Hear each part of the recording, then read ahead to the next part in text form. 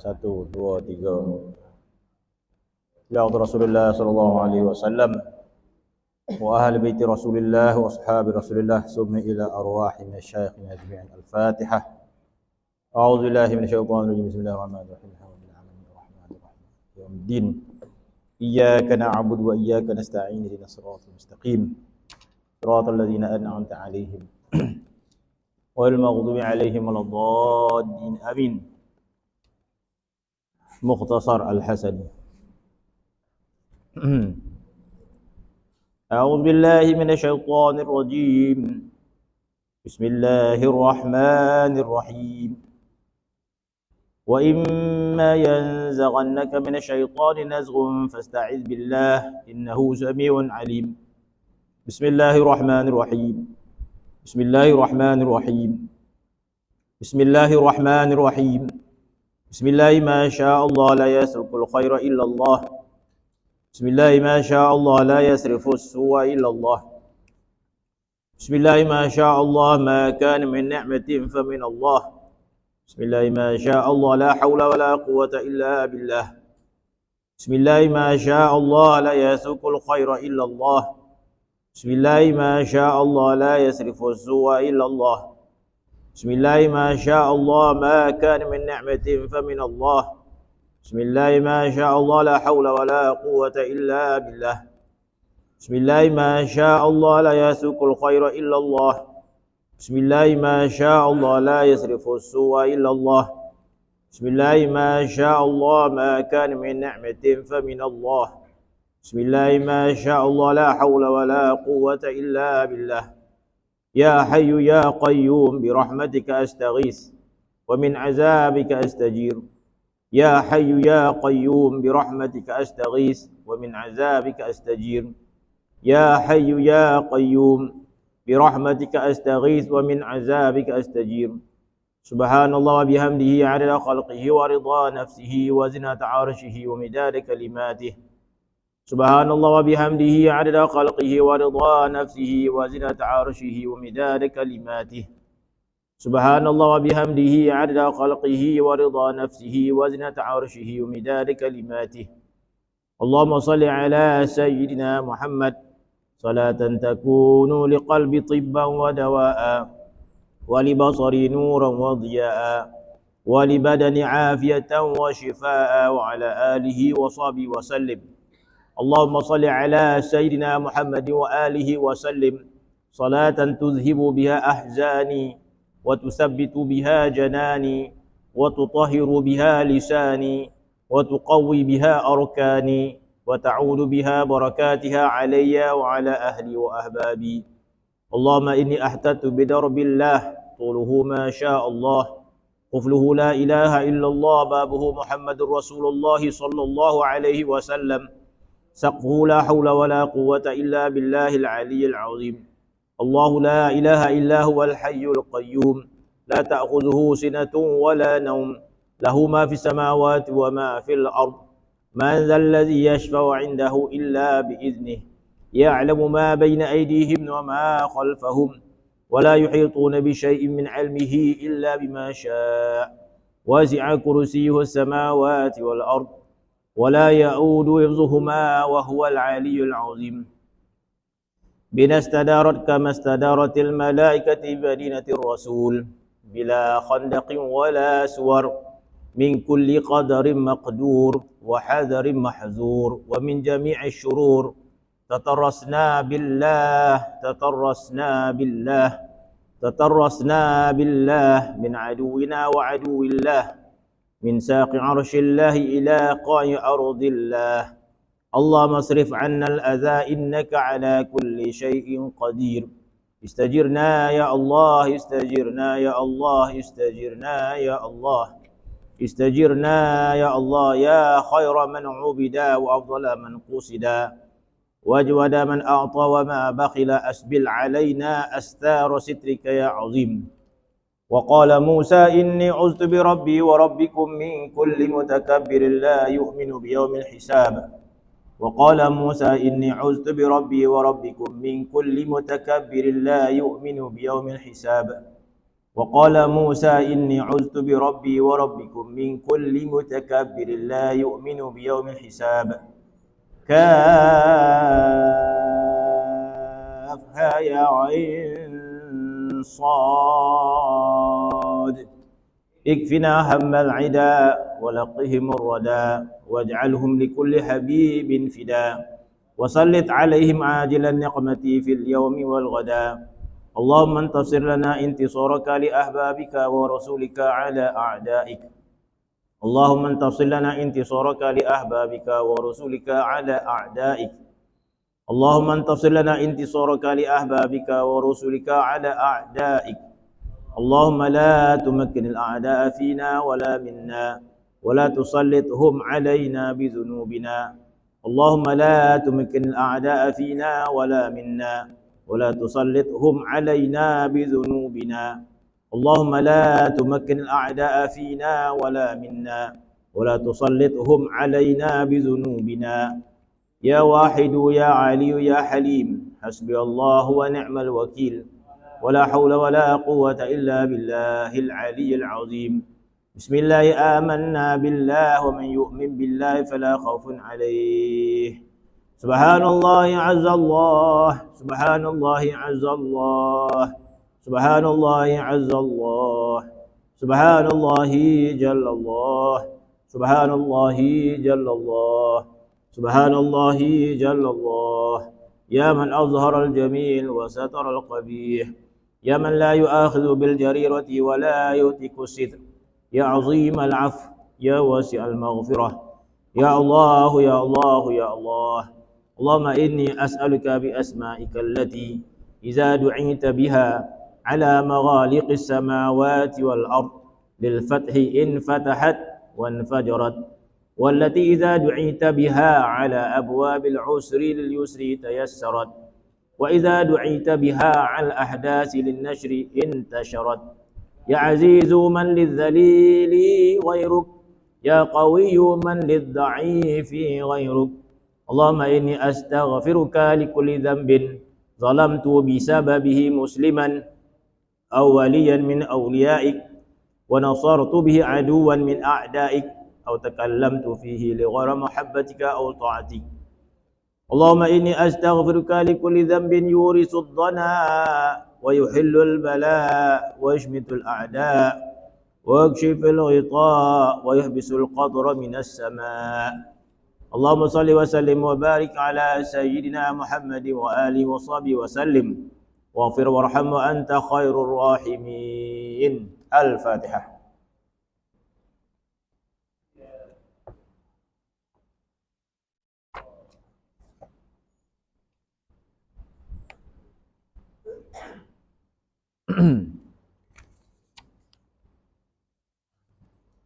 أعوذ بالله من الشيطان الرجيم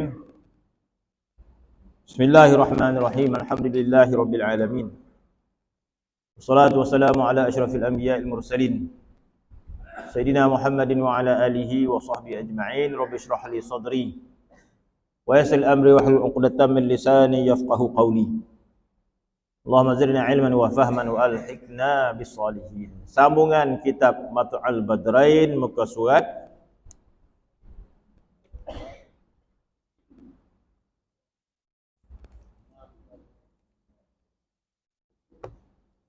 Oh, 61 ke 60?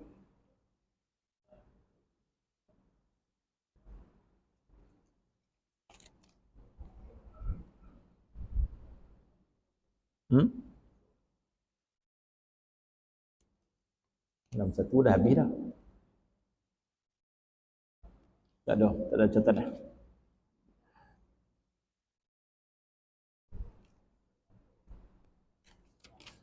Golongannya ke berapa yang berhak mendapat zakat? Pun tak ada. Kitab Rumi pun tak catat dah.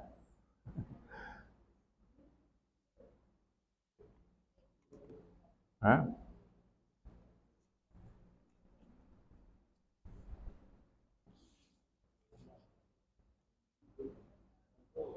Enam puluh.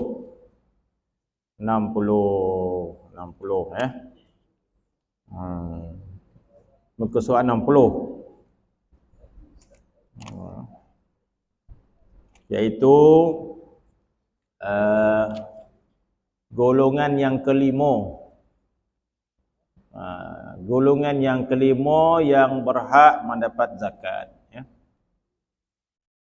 Sambungan daripada bab pada menyatakan al-mustahaqqina sadaqah. Satu bab pada membicarakan al-mustahaqqina, orang yang berhak mendapat zakat. Sebelum ini kita menceritakan bagaimanakah cara zakat itu dikeluarkan. Ada beberapa jenis zakat. Ada zakat tumbuh-tumbuhan, ada zakat perniagaan, ada zakat ternakan, ya. Begitulah yang telah ditetapkan oleh Allah Subhanahu wa taala. Yang nama zakat itu ada berbentuk nafsi, nafs. Nafs ni disebut, ya. Disebut betul, ya. Gandum, apa lagi, biji-bijian, emas, perak, itu disebut. Ada yang zakat tidak disebut tetapi dijadikan kias. Contoh dia zakat gaji. Zakat gaji. Gaji itu dikeluarkan zakat. Bahkan kalau tak salah gaji ini zakat dia setiap kali dapat gaji itu dah ada dah bahagian zakat itu. Itu khilaf lah ulama. Khilaf ulama. Kata sebahagian pendapat, adapun zakat yang qat'i, seperti zakat emas, perak, zakat kambing, zakat lembu, itu qat'i, ya. Itu kalau kita ingkar berdosa. Kita menafikan kewajipan dia, itu boleh jadi murtad. Zakat yang qat'i yang disebutlah, ya. Zakat binatang ternakan, zakat emas perak, zakat perniagaan, ya. Kalau kita menafikan kewajipan dia, itu boleh jadi murtad. Kalau kita enggan bayar, jadi berdosa. Tapi tidak murtad lah. Kenapa tak nak keluar zakat kambing ni? Saja sayang nak rasa. Dia saja, dia tahu. Tak tahu kau wajib? Tahu. Habis? Entah sayang pula rasa. Mana dia saja ingkar berdosa. Tapi dia menafikan, itu boleh jadi murtad sebagaimana berlaku pada zaman Khalifah Sayyidina Abu Bakar. Jadi Sayyidina Abu Bakar, kalau kita tengok kisah, dia pernah memerangi satu puak yang tak nak bayar zakat. Mana bunuhlah. Bunuh. Kalau ikut hukum asal, orang tak keluar zakat, tak boleh kita bunuh. Kena faham betul-betul dia. Kita pergi bunuh pula. Sayyidina Abu Bakar dia bunuh orang. Tengok qadiyah dia macam mana. Jadi Sayyidina Abu Bakar itu, zaman Sayyidina Abu Bakar, ulama melihat bukan sekadar bunuh itu disebabkan mereka tak nak keluar zakat. Tapi diperangi golongan itu sebab mereka menafikan kewajipan zakat. Ada beza, ya. Beza orang tak solat sebab dia malas solat. Dengan orang tak solat, dia kata tak wajib solat. Saya tak wajib solat dah, kata dia. Kenapa? Niat dia, kata. Dah faham macam tu pula lah. Jadi kisah ni kamu semua wajib lah. Contoh. Tapi Tuhan, saya tak wajib dah, kata. Kenapa tak wajib? Saya dah kenal Tuhan, kata dia. Maknanya kita bagi dia dah tak wajib zakat, tak wajib solat. Jadi dia menafikan kewajipan, itu boleh jadi murtad. Jadi Sayyidina Abu Bakar itu, kata ulama, mereka bukan sekadar tidak bayar zakat, tetapi menafikan kewajipan zakat. Rasulullah dah wafat, tak ada wajib dah. menafikan kewajiban zakat yang hukum dia qat'i, maka ketika itu orang tu kira murtad. Sebab menafikan hukum yang jelas. Kita menafikan mana-mana hukum yang jelas dalam Islam, maka disebut murtad. Maka diperangi itu di atas murtadnya itu. Adapun kata ulama, zakatnya khilaf kepada kewajipannya. Contoh zakat gaji lah. Ada setengah kata wajib, ada setengah kata tak wajib. Khilaf kan. Itu tak sampai murtad dan tidak sampai berdosa secara qat'i lah.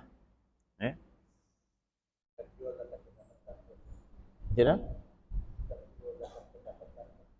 zakat pendapatan ni, zakat pendapatan dia ada haul dia. Kan?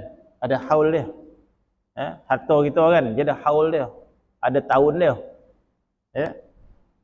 Tak salah dah. Zakat gaji ni dia dapat gaji bayar, dia dapat gaji. Maksudnya dia tak tunggu apa? Dia tak tunggu simpan. Kalau simpan tu memanglah kita dah kata pendapatan kita simpan, kita cukup kita punya nisab harta tu. Sebab zakat harta ni dia kena haul dan nisab. Dia haul dan nisab. Bermaksud zakat pendapatan kita dah dapat jumlah tu, kena setahun pula harta lebihan tu kita simpan baru zakat. Jadi haul dia. Ada zakat jenis nisab sahaja, ada zakat sampai ada haul, kena setahun.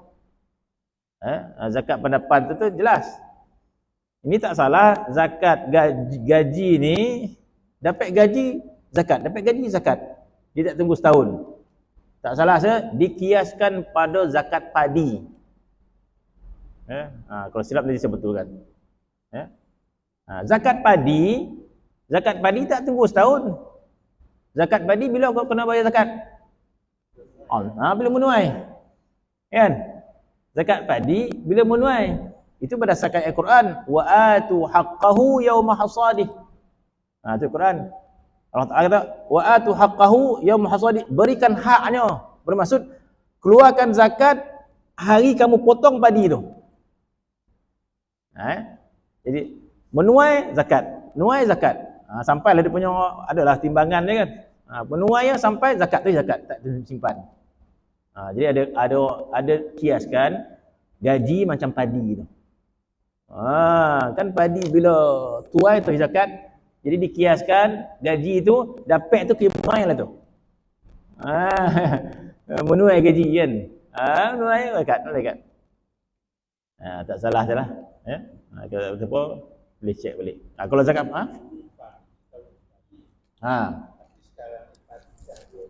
tak kira 2 tahun sekali pun dia tetap ikut hukum menuai keluar zakat. Menuai keluar zakat. Dia macam tu ya. Jadi tak salah dikiaskan gaji macam tu. Gaji ni bila dapat dah dikira dah dia punya zakat tu.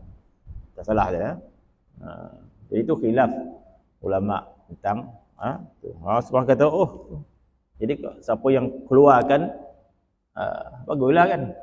Siapa yang tak keluar pun yang ustaz dia tak keluar pun ni mana ni pula. Dia tak kira setahun. Tak salah dia. Zakat. Dikira bulan lah.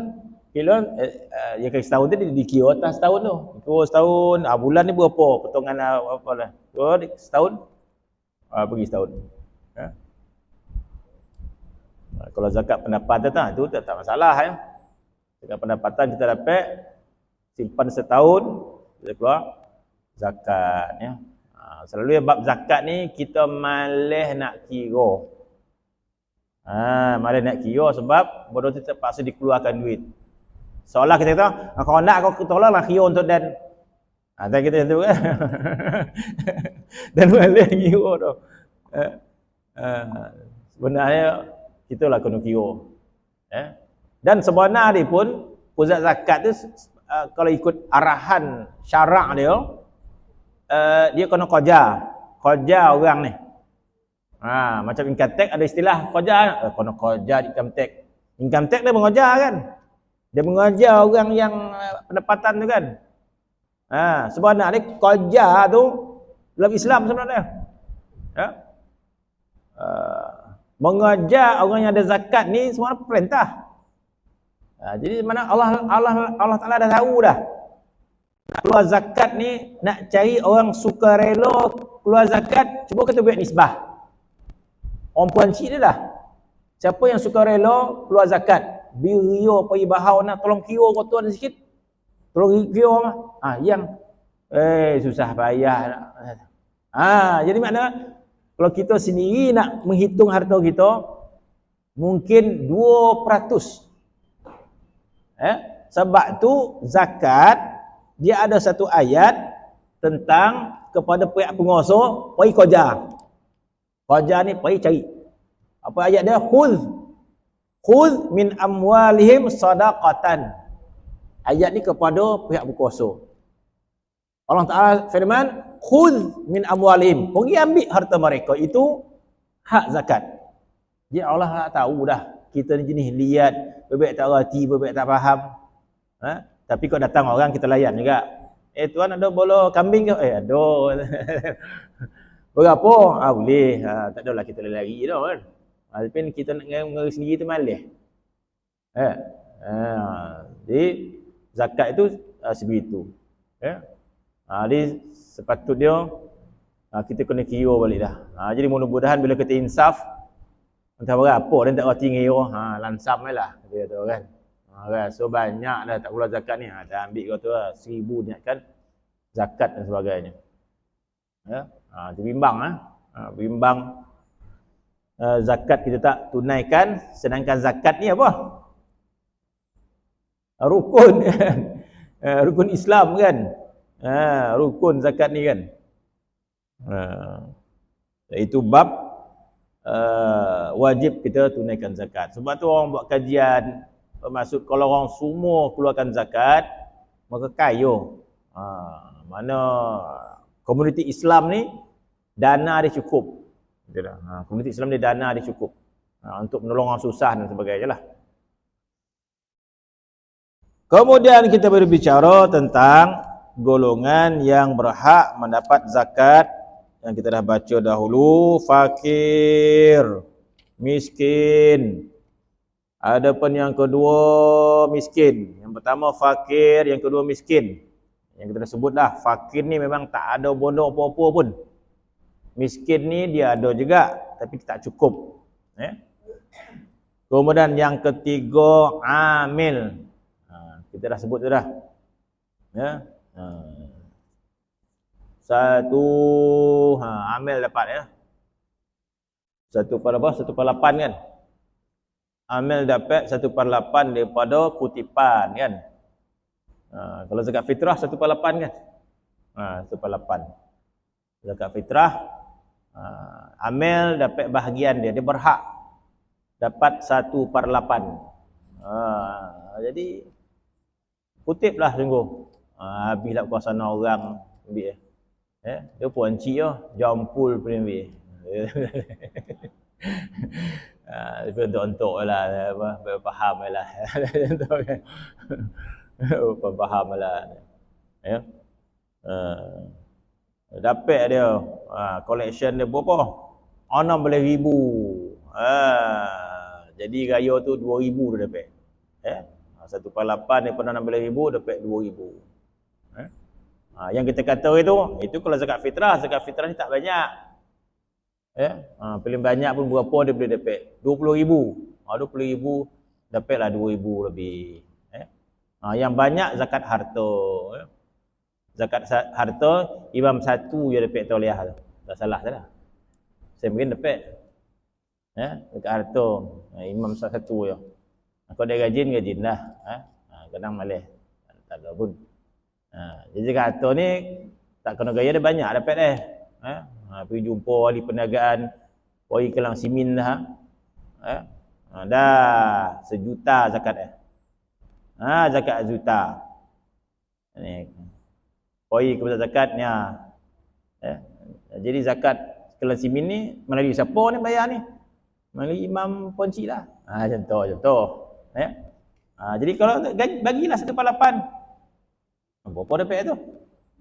1/8 daripada 1 juta. Tak, kira 1/8 tu. Asal 1/8 ya. 1/8. Amil 1/8. Tak kira zakat fitrah, tak kira zakat harta. Ni hukum asal ni. Amil 1/8. Jadi kalau ikut asal dia, kalau zakat orang 1 juta, dia boleh dapat 100,000 lebih. 100,000 lebih lah. 1/8. Tetapi dah dirombak semula. Banyak bona pula imam ni dapat. Orang kerja pusat zakat ni tak dapat ngumpul duit 1,000 dah. Imam pencen dapat agak salah, tak ada apa dah. Jadi tak boleh ni. Diracik lagi. Diracik lagi. 1/8 dia racik dia jadi 1 boleh dapat. 1 boleh lagi dapat ke siapa? Dapat ke pejabat lah. Boleh ke pejabat. Macam tu ya. Marah pusat zakat ni. Sebutnya ini. 1 boleh. 1 boleh. Cik lah banyak sikit. Kalau zakat orang tu 16 juta, boleh dapat 1 juta. 1 boleh kan. Jadi mana tidak boleh dinafikan hak amil. Tak boleh nak cemburu lah. Amil ni, untunglah amil. Dapat bahagian dia 100,000. Tapi dah agama dah letakkan bahagian amil ni. Itu yang ketiga. Yang keempat, mu'allaf. Mu'allaf ini pun kita kata perlu dinilai semula lah sepatutnya. Belum ada oleh saya rasa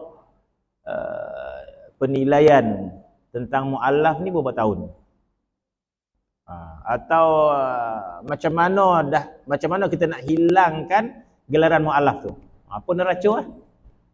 Saya pun tak tahu dah. Sahabat Nabi tu dia mu'allaf tak? Selama dia baru masuk Islam. Berapa tahun dia mu'allaf? Tak ada sampai 20 tahun ni kan. Sahabat Nabi yang masuk Islam memang dapat zakat. Nabi bagi zakat. Dia ada hak dia. Berapa ramai orang masuk Islam, Nabi bagi dia hak dia. Sebab mu'allaf, kalau ikut makna mu'allaf itu orang yang dijinakkan hati dia. Allaf ni jinak. Mu'allaf ni orang yang dijinakkan hatinya. Maksud orang masuk Islam, hati dia perlu digembirakan supaya dia dapat rasa untunglah masuk Islam ni dapat duit. Mana dia baru tu. Sebab tu zaman sahabat dulu bila ditanya orang masuk Islam, macam mana? Okey tak? Untunglah dapat Rasulullah bagi untung banyak. Mana dia belum kuat lagi pegang dengan agama Islam, maka dia berikan pemberian untuk dijinakkan hati dia. Sebab tu nama dia mu'allaf. Jadi belum ada kajian lagi. Mu'allaf ni macam mana kita nak gugurkan dia. Kita dah 20 tahun pun mu'allaf lagi kan. Tak apalah. Tak apalah. Tapi maksud kata, bagaimana nak letakkan orang mu'allaf tu terpulang kepada pihak berkuasa lah. Ala kulli hal, dia ada bahagian zakat dia lah. Mu'allaf ni ada bahagian zakat dia. Adalah sudah Kemudian yang kelima, hamba sahaya yang makatib. Hamba sahaya yang makatib, hamba sahaya yang sedang menebus diri. Makatib ni sedang menebus diri. Mana kata dia sedang menebus diri daripada tuan dia. Tuan dia minta bayaran. Selalu dia hamba bila nak menebus diri, tuan akan minta bayaran selalu dia. Kalau dia setujulah, kalau dia tak setuju, tak dapat dah. Tak boleh, dia nak gunakan kau ni, kata tu. Tak nak. Kalau tuan jadi setuju, dia buat perjanjian lah. Dan bali kau marin nilai dalam 2,000. Okey, bayar dan 5,000. Tahu dia kan? Jadi dia senang cari duit lah. Hamba ni tadi untuk menebus diri dia. Mana nak cari duit? Dia boleh pergi pusat zakat. Saya minta bahagian zakat lah. Kenapa? Saya adalah hamba yang sedang menebus diri. Berapa harga? 5,000. Dah ada duit berapa? Bos RM10. Macam tu dia kan. Boleh kata dia, ada bagi, ada hak dia kan. Itu maksud dia. Hamba sahaya yang makatib, iaitu hamba sahaya yang hendak menebus dirinya daripada tuannya, penghulunya, tuannya, dengan harta yang maklum, dengan harta yang tertentu. Terpulanglah tuan dia nak apa? Kalau nak bebas, bagi dan 10,000 kata tuan dia. Kuranglah sikit, banyak bona. 9 dia kata dia. Tawar menawar lah. Ya. Dan pelbagai bentuklah jenis permintaan tuan tadi. Dia tak semestinya duit. Yang kita cerita dahulu, Salman Al-Farisi datang ke Madinah sebagai seorang hamba. Bila dia berjumpa Nabi dan beriman, Nabi perintahkan dia, wahai Salman, pergi tebus dirimu, minta merdeka daripada tuanmu. Salman balik bincangan tuan dia, minta merdeka, minta tebus diri. Boleh kata tuan dia, dengan syarat kau usahakan ladang tamar ni, kau tanam, kau bolong sampai dia berbuah. Buah kali pertama, kau merdeka lah. Banyak dia. Jadi tak semestinya duit. Dengan harta mana tadi? Hamba sahaya yang menebus dirinya daripada tuannya, penghulunya, dengan harta yang maklum, ditangguh akan dia kepada tangguh yang maklum. Tangguh ni maksud bagi tempoh, kau kena selesaikan dalam tempoh 2 tahun. Maknanya qadar yang maklum, yang tertentu. Sekurang-kurangnya 2 waktu, seperti berkata penghulunya, penghulu ni tuan, sayyid, aku kitabah akan dikau. Dia ambil bahasa Arab tu. Mana aku kitabah, aku apa? Kitabah apa? Aku tebus, ataupun aku berikan harga diri kamu untuk tebus. Kitabah ni tebus. Akan dikau atas 2 dinar. Sikit warna pula. Siapa tak tahu 2 dinar ni banyak mana. Masa kan. 2 dinar katanya. Aku tebus, aku kitabah akan dikau atas 2 dinar dalam 2 bulan. 2 dinar dalam masa 2 bulan. Kata dia. 1 dinar apa? Pada tiap-tiap bulan 1 dinar. Macam bayar hutang lah. Boleh. Kau bayar 2 dinar dalam masa 2 bulan. Setiap bulan kena bagi 1 dinar. Macam tu ya. Manakala engkau bayar akan keduanya pada aku, maka engkau merdeka. Macam tu cara dia menebus diri ni. Dah habis kau bayar, merdeka. Jadi hamba yang sedang menebus diri, itu nama dia makatib, nama dia. Makatib. Maka diberikan akan dia daripada zakat barang yang menolak akan dia atas merdekanya. Dia berhak mendapat zakat. Dia pergi pusat zakat, saya sedang menebus diri. Banyak mana tuan kau minta? Dia minta 2 dinar, setiap bulan 1 dinar dia minta. Jadi berhak pusat zakat bagi dia 1 dinar. Ambil, bulan ni ambil 1 dinar. Bulan depan datang balik. Bagi. Berhak dia mendapat daripada zakat.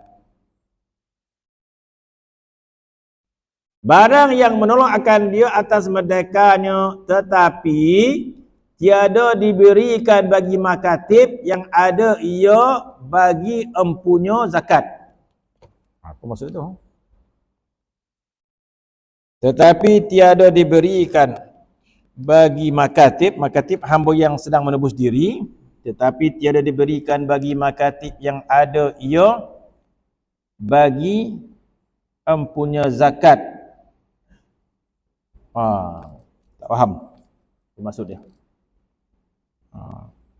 Tidak dapat kepada makatib yang ada ia bagi empunya zakat. Tak perasan. Tapi yang tadi kita faham dah. Iaitu hamba yang menebus diri, dia berhak mendapat zakat. Hari itu kita ada bincang sikit, iaitu di antara usaha bagian zakat, iaitu dia dia menyalurkan bahagian-bahagian zakat yang dah tak ada. Bahagian-bahagian zakat yang di antara dia zakat kepada hamba yang merdeka diri. Dah tak ada dah. Sedangkan bahagian tu kena dibagi kan ya. Dia tak boleh bahagian zakat tu. Zakat berapa asnaf semua? 8 kan? Ada 8. Dia tak boleh harta zakat ni kita bagi 7 je lah. Katalah zakat tu ada 8 juta kan. Ada 8 juta. Jadi asnaf ada 8. Tapi bahagian hamba dah tak ada. Jadi 1 juta ni kita bagi-bagilah ke lain. Tak boleh dia kena letak situ juga. Bahagian bagi 8, bahagian fakir miskin. Bahagian apa lagi tadi? Kemudian bahagian amil. Kemudian bahagian hamba. Letak situ. Terkumpul lah duit di situ. Siapa hamba dia? Jadi ahli majlis fatwa dah keluarkan fatwa untuk kita luaskan makna hamba yang menebus diri itu. Itu yang dapat kepada siapa? Dapat kepada pelajar-pelajar yang sedang belajar. Belajar yang belajar Mesir, belajar Maghribi, belajar Jordan. Dapat zakat setahun 5,000, 6,000. Mana ada zakat pelajar? Tak ada. Mana ada bahagian zakat pelajar? Zakat fakir miskin, Allah alam lah. Dia dapat zakat apa? Sebab dia banyak bahagian tu, maka dia dapat bahagian zakat hamba yang merdekakan diri. Apa munasabah dia? Munasabah dia, pelajar itu sedang membebaskan diri dia daripada kejahilan. Dia kias tu. Dia pelajar ni lebih ke hamba je ni. Apa kesamaan dia? Dia sedang membebaskan diri daripada kejahilan. Rasa saya macam itulah. Dia bagi bahagian hamba sahaya tu kan. Kemudian ke atas orang yang berhutang. Seronok betul ni. Kita hutang rumah belum habis lagi, hutang kereta belum habis lagi kan. Cubalah try kau dapat. Tengoklah apa huraian yang hutang ni kan. Cubalah. Hutang saya banyak ni. Apa syarat-syarat tengok kan. Sebab ada disebut bahawa ada hak kepada orang yang berhutang. Tengok macam mana Kemudian ke atas orang yang berhutang, iaitu yang berhutang kerana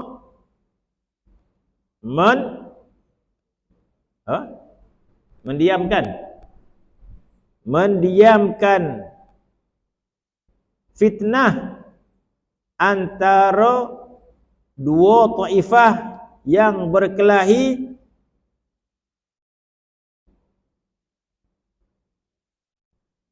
sebab umpama dibunuh akan seorang tiada nyata yang membunuhnya, maka menanggung ia akan hutang dengan sebab mendiamkan fitnah yang tersebut, maka diberikan daripada zakat membayarkan hutangnya, atau berhutang kerana dirinya atau anak buahnya pada pekerjaan yang harus, sama ada taat atau tiada, dan jika dibelanjakan dia pada maksiat sekalipun. Berhenti situ dulu. Jadi maksud dia nak bagi contoh macam mana yang dikatakan orang yang berhutang layak dapat zakat tu. Dia bagi contoh yang pertama. Jadi contoh mana bila baca terkejut lah. Apa kaitan dengan bunuh? Tak. Dia bagi contoh kalau kes bunuh. Bunuh ni apa tadi? Berhutang kerana untuk meredakan, mendiamkan ni untuk meredakan fitnah dengan sebab mendiamkan fitnah, meredakan fitnah. Maka diberikan zakat bayar hutangnya. Jadi langkah-langkah pula, iaitu berhutang kerana mendiamkan fitnah antara dua taifah yang berkelahi. Jadi dua kumpulan yang berkelahi, sebab dia, contoh dia, dibunuh akan seorang yang tiada nyata yang membunuhnya. Mungkin yang dimaksudkan sini bunuh tanpa sengaja mungkin, ataupun bunuh yang tak pasti sebab bunuh dia. Bunuh tak sengaja lah tu. Ya. Maka menangguh ia akan hutang dengan sebab maka menangguh hutang. Jadi orang yang membunuh tadi, bunuh tanpa sengaja, dia kena bayar diah. Bunuh tanpa sengaja, dia kena bayar pempasan kepada keluarga tu. Kalau tak bayar, mungkin berlaku balas bunuh dan sebagainya, mungkin berlaku perkelahian perang dan sebagainya. Jadi yang nak bayar tu tak ada duit nak bayar. Tak ada duit nak bayar, dia berhutang. Selalu dia bayar diah ni banyak kan? Bayar diah sebabkan bunuh selalu banyak. Ya. Jadi dia tak ada duit. Ya. Sebab berhutang dengan sebab bunuh itu kesannya besar. Orang tu mungkin balik berlaku perang tak kesudahan. Ya. Tapi kalau hutang kereta tak bayar, itu mungkin tak sampai kena kerja ya mungkin kan. Tapi kalau bab bunuh ni, kalau tak diselesaikan, itu mungkin itu disebut untuk mendiamkan fitnah, gitu. Untuk meredakan fitnah. Maka pusat zakat boleh masuk campur, tolong bayarkan. Sebab hutang dia sebab masalah bunuh. Itu yang pertama, tu dia masuk bab hutang disebabkan kes bunuh.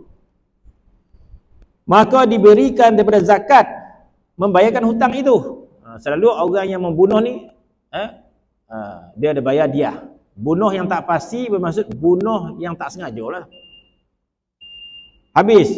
Atau berhutang kerana dirinya sendiri. Makna bukan kes bunuh, tapi dia berhutang. Berhutang kodai, berhutangnya. Maka dia berhak juga dapat duit zakat tu. Terpulanglah kepada pusat zakat. Macam mana nak pastikan? Iyalah kau berhutang ni, minta bukti tu. Kemudian kaji pula dia ni macam mana pendapatannya. Pendapatan bulanan 5,000. Dia boleh bayar hutang. Dia sengaja tak nak bayar hutang. 5,000 tu ke lain boya. Berjalan nang kahwin Indonesia. Bila nak bayar hutang, minta pusat zakat. Tu konon juga pusat zakat kan. Jadi adalah dia punya tapisan dia kan. Selalu dia orang berhutang dapat duit zakat sebab dia tak mampu bayar hutang. Ya, tengok pula macam tak mampu pula. Tengok sekian. Tengok hujah dia macam mana kan. Mungkin dia dah sakit, dah terterdaya, hilang mata pencarian dan sebagainya, sedangkan dia ada hutang. Jadi boleh pergi minta ke pusat zakat. Bahagian tu ada. Bagilah dokumen dia. Ya. Dia nak tengok. Kalau tak ada macam tu, nanti ambil kesempatan lah. Dia ada duit. Tapi bila nak bayar hutang, tak apa, pusat zakat tu isi barang dapat 5,000. Minta bayar hutang kan. Bagi resit hutang tu. Ni ada resit hutangnya. Ya. Hutang motor tak bayar. Motor baru beli tu. Kan? Berhutang. Pusat zakat. Jadi luih bona pula pusat zakat. Ada hutang ke? Mana? Mana resit dah? Ada, tu bagi kan. Mesti dia tengok macam-macam lah. Macam-macam bentuk. Yang ala kulihal, orang berhutang ada hak lah pusat zakat. Terpulang pusat zakat nak tapih macam mana kan. Sebab dia kata ataupun berhutang disebabkan diri sendiri, dirinya atau anak buahnya pada pekerjaan yang harus, sama ada taat atau tiada. Dan jika dibelanjakan dia pada maksiat sekalipun, Macam maksudnya. Ya? Maksud dia berhutang tu disebabkan benda maksiat, tapi dia berhutang. Kan? Itulah maksud dia. Atau berhutang kerana maksiat. Berhutang kerana maksiat. Dan dibelanjakan dia pada yang harus. Mana duit tu duit maksiat, dibelanja harus, maka dia berhutang.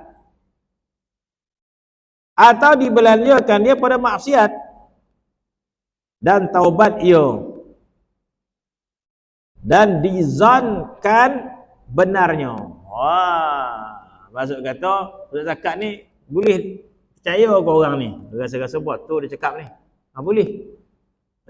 Maksud dizankan benarnya, mana sampai peringkat bagian zakat ni, nak bagi zakat tu makna kata kalau tak ada bukti yang jelas pun tak apa, sekadar rasa-rasa ni boleh percaya ni. Mana kau tahulah ini rajin pergi masjid ni, contoh dia kan.